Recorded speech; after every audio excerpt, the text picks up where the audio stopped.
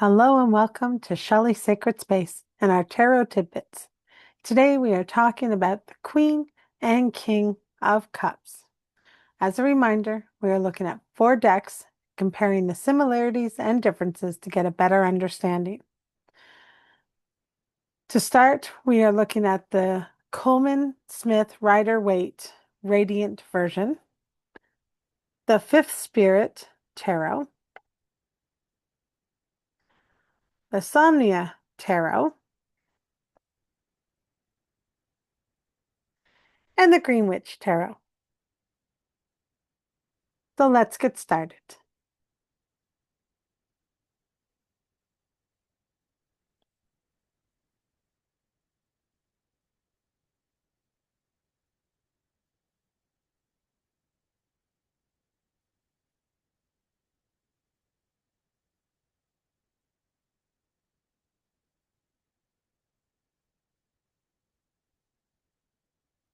So the Queen of Cups represents feminine energy. It is somebody who has older energy, but it doesn't mean it's an older person. It can just be an old soul, someone who is wise beyond their years. It is somebody or an aspect of your personality that is intuitive, connected to the subconscious, empathic, has compassion, is honest, has high values. They're gentle. They can be counselor-like. They have grace. They're nurturing. They're that warm-hearted woman that you could tell anything to, and there would be no judgment, just love. On the flip side, that woman or that energy can be manipulative, cool, um, unavailable, suspicious, passive aggressive, and secretive. So, for all the loving qualities, we have the opposite end, of course, because each card encompasses all of that aspect. So, you can have somebody who's honest and somebody who's secretive. And you can have a person who presents like this on the outside, but on the inside has those other aspects. So that's the interesting part about the court cards, because it can be a person, it can be you, it can be an aspect of a person, not someone who's like that all the time. It can be an experience. So in this case, if it was an experience, if it's on the surrounded by very joyful cards, you're going to be looking at an experience that you're going to enjoy, that's going to share wisdom and be connected to you and have a wonderful feeling about doing. It will be in line with your values and it will align with um, where you're aiming, where you want to be, what your goals are in your life. Now, in this one, she is on a throne. There is a seashell, which represents our water, but we also have the cherubim and the angels. Those are connections to divine energy. Her robe, cloak, is very similar to water. She is holding a cup with the crab that comes out. Now, the crab is connection to the moon, which is also your intuition, your subconscious. And if you notice, she's also got her feet, though, on stone. So even though she is the Queen of Cups and surrounded by water, she has faced some big challenges. She has grown into the person she is and is content with that. She's connected to her intuition. She's connected to The divine, she is connected to her subconscious, she is connected to her feelings. She shares genuinely if she's not holding back, right? Now, in here, we have someone who is the confidant. And that's the energy that you get from the queen. The confidant, the person that you trust, the person that you go to seek help, to seek guidance, to seek knowledge from. She will tell you, um, she will tell you what you need to know in the most gentle, caring way, as long as she's not surrounded by a lot of negatives.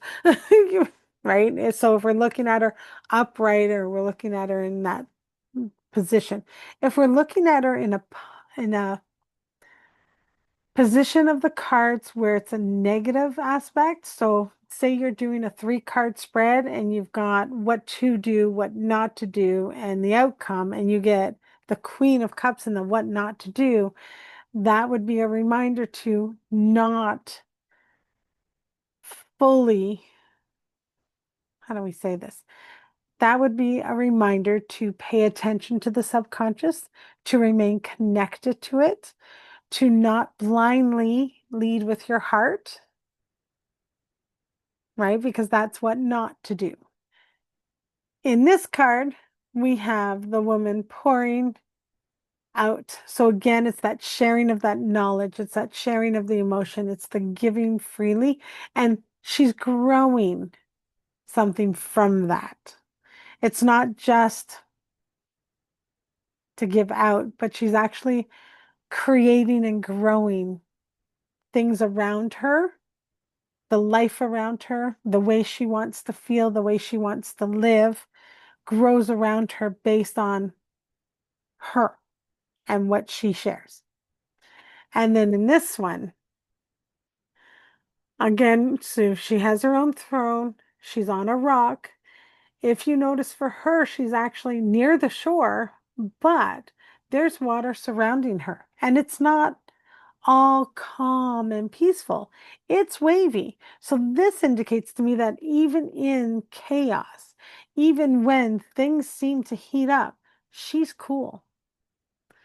She's okay. She's seen it all before. She's had those challenges. She's faced them. She's come out stronger. She's not worried about a little bit of a wave and a ruffle. The water doesn't scare her. Okay. What's interesting here is we have the green, which definitely connects to the heart, but even the water is green in there. Here we've got a lot of the blue and a little bit of the yellow. So she's got more of that connection to the intuition and to the water element than she does to expressing it fully out. But in here, we're expressing it fully out and we're creating life. Her pot has plants growing in it, and she's creating what she wants based in what her heart wants and what she's sharing with the world. So that is the queen. Now let's look at the king.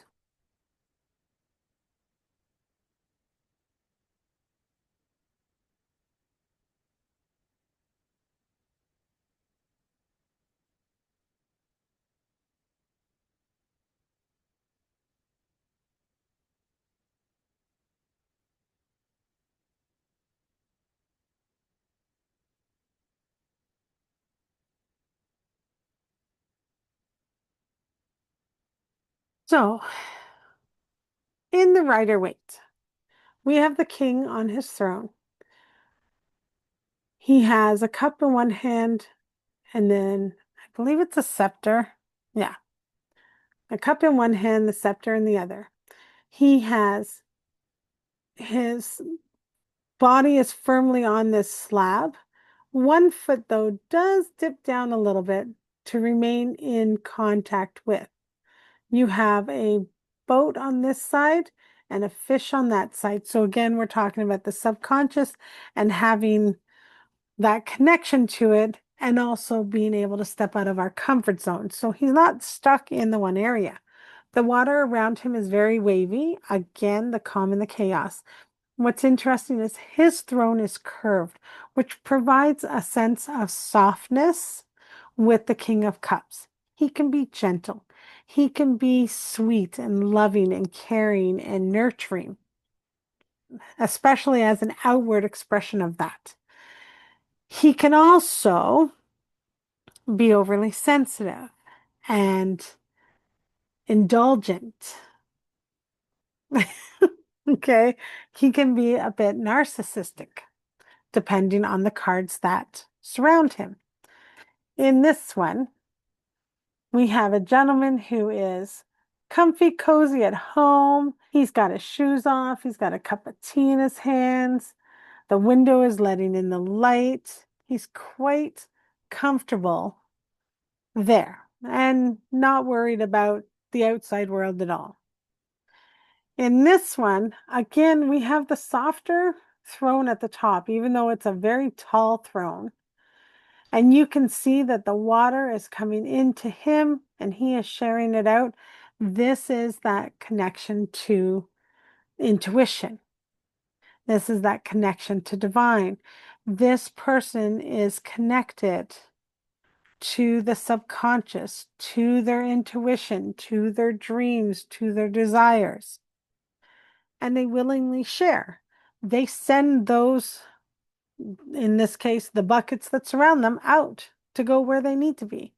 They're not so stuck in their ways that they can't see change or do change. So this is a very flexible king in regards to going with the flow. And in this one, we have the indulgence. Now you can see that there are the flowers here. Those are the globe thistles, and they represent connection and independence. And then the bees, which there's one here, and I believe there's one down here. They're about abundance, power, support. They're about community. This card here represents a little bit more about the extravagance of life. The King of Cups wants to feel good, likes to feel good, likes to share that feeling of being good. The extreme polarity of that is a narcissist and someone who is overly sensitive, unrealistic, dependent. They can be melodramatic, right? But for the most part, when you get that king, especially in the upright and surrounded by, you can have assurance that this is a heart-centered person who loves to share and give. It's connected to their intuition, connected to their subconscious. Thank you so much for joining me for the Queen and the King of Cups. Our next video will be the overview of the cards. And then we will move on to our third suit, which will be swords. Until then, bye for now.